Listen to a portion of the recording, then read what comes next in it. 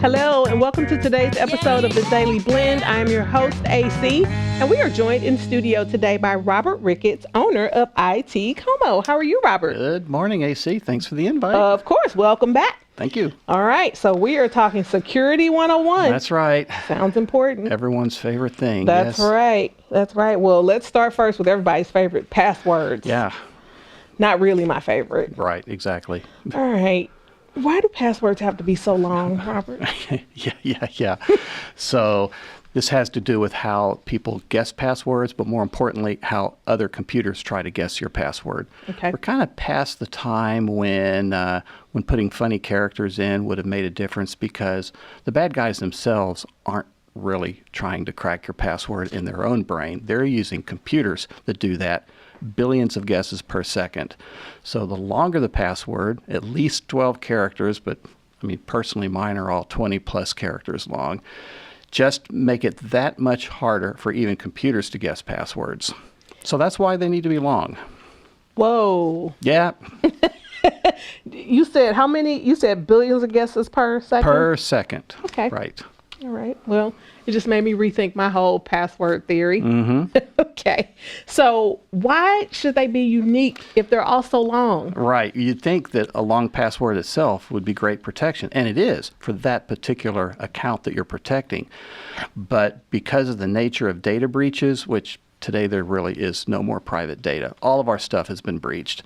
So the criminals that do these breachings have a good idea of all of the different web accounts that we have passwords for.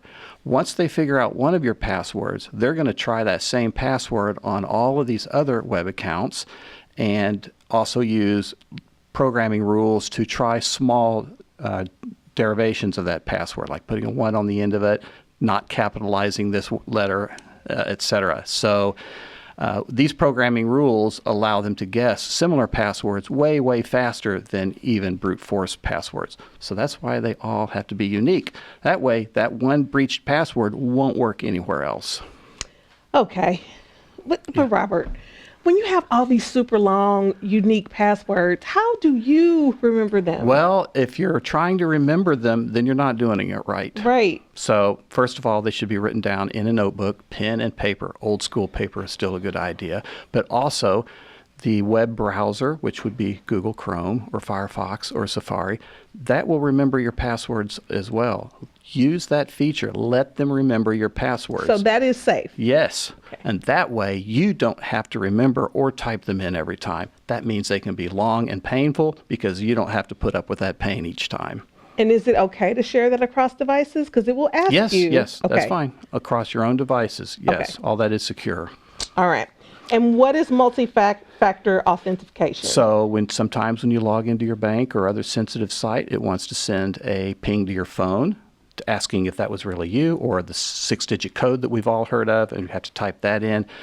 Now, really only the super sensitive accounts are forcing you to do that these days. But really, you should do that on all websites that offer that, where it sends a code to your phone. Or if you want to be extra geeky, there are apps you can use which lets you put the app on multiple devices so you can get that 6-digit code from a device other than your phone.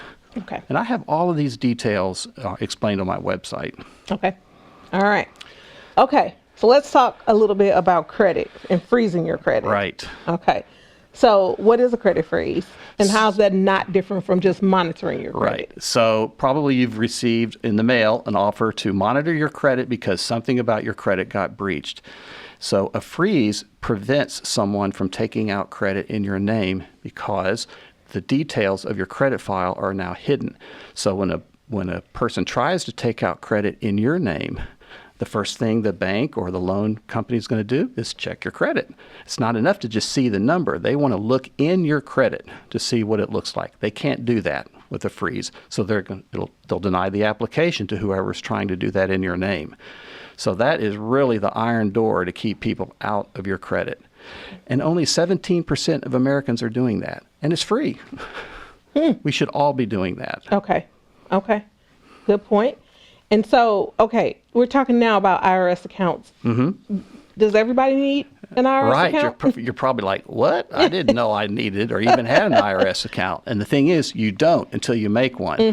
A newer fraud today is people filing taxes in your name and then claiming fraudulent deductions and other incentives that are then in your name and have that check redirected and going to them. And then you try to file your taxes, and it's rejected, saying that it's already been filed. And by the way, what are all these claims you're making? So how can you prevent someone from filing taxes in your name? You just fill out the form and mail it to the service. So with the thing called IP PIN, just identity protection PIN, set up by the IRS, and it'll work with other government agencies too, like the Social Security Administration, Veterans Administration, et cetera. It allows you to protect the filing of taxes to make sure it's only coming from you. When you file your taxes or your CPA does it for you, then they have to supply a PIN along with those taxes. So that makes it far more difficult to fraudulently file in your name and claim refunds that, heck, even you weren't supposed to get. Wow. Yep. Okay. And you also need a PIN for your wireless carrier. That's right. So SIM swapping fraud is when somebody calls your cellular carrier or visits a store panicking, saying, I lost my phone. They'll present some false ID. And then if the store employee is not on their game, they may well reassign your phone number to a new device bought in the store by a bad guy. This is really more for targeted approaches. So probably not something most people worry about. But if you're a kind of a high-value target, that is something that can happen. So similar with the IRS, if you establish a PIN with your carrier, then you have to prove yourself by having this PIN. Yeah. And so that will make you a more difficult attack. So they're going to move on and go to somebody else. You better make sure you remember that PIN, because when you call, they do ask you for it. Yes. Okay. Well, we didn't get to the deep fake AI-powered phone calls.